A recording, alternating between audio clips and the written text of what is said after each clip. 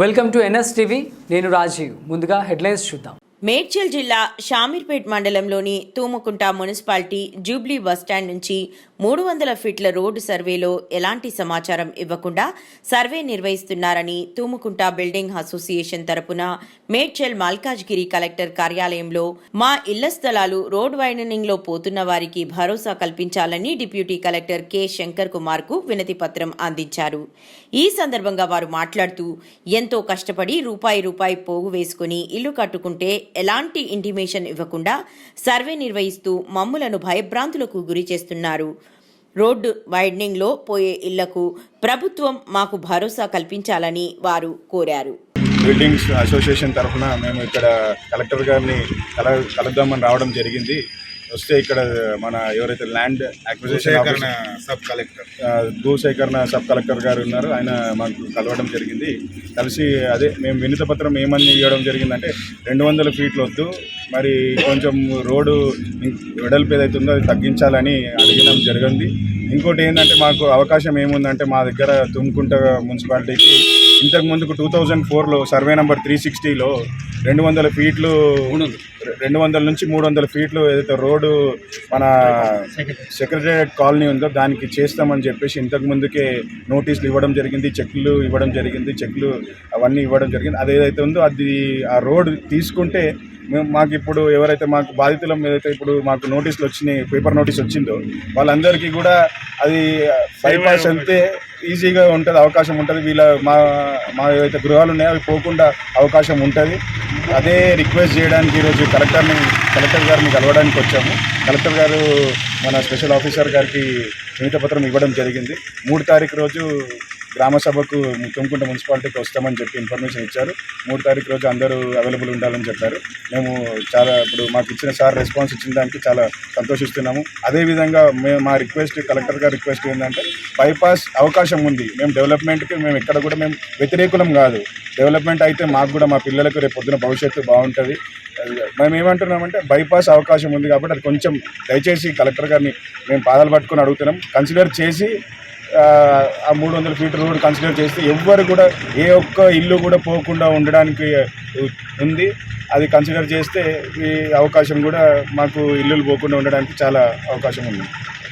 పైన ఇల్లున్న వాళ్ళు రోడ్ వైండింగ్లో పోయే వాళ్ళ అసోసియేషన్ నుండి మన కలెక్టర్ గారికి విన్నవించుకోవడానికి రావడం జరిగింది. తను కలెక్టర్ గారు లేరు, మన భూసేకరణ ఉప కలెక్టర్ గారిని కలవడం జరిగింది. తను చెప్పింది ఏంటి అంటే రోడ్డు వైండింగ్ పోయేది ఏమున్నది అనేది 3 తారీఖు రోజు మీ దగ్గర గ్రామసభ మీ మున్సిపాలిటీలో పెడతాం. ఆ రోజు ఏంటనేది మీ బాధితులు నిర్వాసితులు ఎవరున్నారో మీరు విన్నవించుకోండి అన్నారు. మేము ప్రభుత్వాన్ని కోరేది ఒకటే ఏంటంటే మేము డెవలప్మెంట్కు వ్యతిరేకులం కాదు, మేము సహకరిస్తాం. కాకపోతే ఏంటంటే మేము 50 సంవత్సరాల నుంచి మేము అందరు కష్టపడి కూలీనాలు చేసుకొని ప్లాట్ కొని ఇల్లు కట్టుకున్న వాళ్ళు ఉన్నారు. చాలామంది రోడ్లలో పడతారు. వాళ్లకు మరి ఏ రకంగా మీరు న్యాయం చేస్తారు ప్రభుత్వం, అది మాకు క్లియర్గా చెప్పి మేము ఈ రకంగా మీకు ఇక్కడ జాగపోతే జాగిస్తాం, లేదంటే మీకు ఇన్ని డబ్బులు ఇస్తాం, ఆ డబ్బులు ఇచ్చి మీరు ఇల్లు కట్టిస్తామని మాకు ఎలాంటి హామీ లేకుండా సర్వే చేయడం మాకు తెలియకుండా వచ్చి మార్కింగ్ వేయడం, పేపర్ నోటీస్ ఇవ్వడం. పేపర్ నోటీస్ కూడా కరెక్ట్ లేదు. యాక్చువల్గా మా ఫాదర్ పేరు మీద ఉంది, ఏది నా రోడ్ మీద ఉన్న బిల్డింగ్ నా పేరు వేసారు. అక్కడ మరి వాళ్ళు ఏం ఎంక్వైరీ చేశారు, ఏం చేశారు, ఈ తూతు మంత్రంగా చేసి ఏదో చేసి మేము చేస్తున్నామని కాకుండా కరెక్ట్ పారదర్శకంగా చేసి మరి బాధితులందరికీ న్యాయం చేసే విధంగా మరి గవర్నమెంట్ చర్యలు తీసుకోవాలి. మరి కాంగ్రెస్ ప్రభుత్వం మేము ప్రజల పక్షం, మేము ప్రజల కోసమే మేము ఉన్నామని చెప్పారు. మరి ఇంతమంది రోడ్డున పడుతున్నారు, వీళ్ళ గురించి కూడా ఆలోచించాలి. సరే, లక్షల మందికి న్యాయం జరుగుతుంది, రోడ్ అయితే పెద్ద అవుతుంది, మేము కూడా దానికి ఒప్పుకుంటాం. కానీ ఆ 100 మందికి కూడా అన్యాయం జరగదు కదా. ఇప్పుడు 10 మంది నేరస్తులు శిక్షించకుండా జరగాలని ఒక మంచి అమాయకునికి శిక్షించొద్దు అనే విధంగా ఉన్న మన చట్టాలల్లో మరి మాకు కూడా బాధితులం ఎవరైతే ఉన్నామో వాళ్ళకు కూడా న్యాయం చేయమంటున్నాం. ఏదో టీడీఆర్ ఇస్తామంటున్నారు, లేకపోతే డబ్బులు ఇయ్యారంటున్నారు. వాళ్ళు సర్వే వాళ్ళు వచ్చి ఒక్కరు ఒక రకంగా చెప్తున్నారు, మమ్మల్ని భయభ్రాంతులకు గురి చేస్తున్నారు. ఆ భయభ్రాంతులకు గురి చేయకుండా మరి ప్రభుత్వ అధికారులు ఎవరైతున్నారో మాకు అష్యూరెన్స్ ఇచ్చి మేము ఇలా కాదు మీకు ఇలా చేస్తాం, మేము ఈ రకంగా తీసుకుంటున్నాం అనేది మాకు ఇప్పటివరకు ఎవరు చెప్పింది లేదు. వస్తున్నారు, ఒకరు మార్కింగ్ వేస్తున్నారు, ఒకరు సర్వే చేస్తున్నారు, మీరు ఇక్కడ వరకు పోతుంది అంటారు, డిసెంబర్లో నోటీస్ ఇస్తామంటారు, జనవరిలో గులగొడతామంటారు. మరి ఏ రకంగా ఉన్నది మరి ఇది అంతా దాని గురించైనా మేము కనుక్కుందామని వస్తే కలెక్టర్ గారు లేరు. మరి ఇంకొకటి మా విన్నపం ఏంటంటే ఆల్రెడీ అక్కడ government in the period of Rajasekhar Reddy అప్పుడు సెక్రటరియట్ కాలనీకి రోడ్ అలాట్ చేయడం జరిగింది. అది ఆల్రెడీ 200 నుంచి 250 ఫీట్లకు కాంపన్సేషన్ ఇవ్వడం జరిగింది. ఈ కొంతమంది తీసుకున్న వాళ్ళకి కోర్టు డిపాజిట్ చేయడం జరిగింది. మరి అది ఆల్రెడీ ఉంది. మరి మన ప్రభుత్వం దగ్గర ఖజానా ఖాళీ చేసుకోవడం బదులు అది ఉన్నది ఆల్రెడీ పేమెంట్ చేసిరు కనుక ఆ రకంగా చేయని ఒకసారి ఆలోచించాలి, పునరాలోచించాలన్న ఉద్దేశంతో మేము ఈరోజు చెప్పడానికి వచ్చినాం.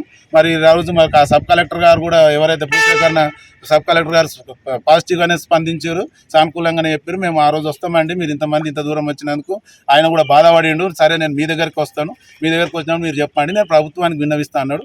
మేము అడిగేది ఒకటే, మాకు న్యాయం చేయండి. మేము డెవలప్మెంట్కు వ్యతిరేకులం కాదు, అభివృద్ధికి మేము సహకరిస్తున్నాం. మేము చేసి ధర్నా చేసి రాస్తా రోకలు చేయడానికి కాదు, మా కడుపు బాధ మాకు జరిగే బాధ చెప్పడానికి వచ్చినాం. మరి ప్రభుత్వం దీని మీద స్పందించాల్సిందిగా మా అందరి తరఫున, తుమ్ముకుంటేనే అనుకోండి, అల్వాల్ తార్నాక కార్ఖానా అందరూ ఎవరైతే పోతున్నారో వాళ్ళందరి తరఫున మేము కూడా ప్రభుత్వానికి విన్నవిస్తున్నాం.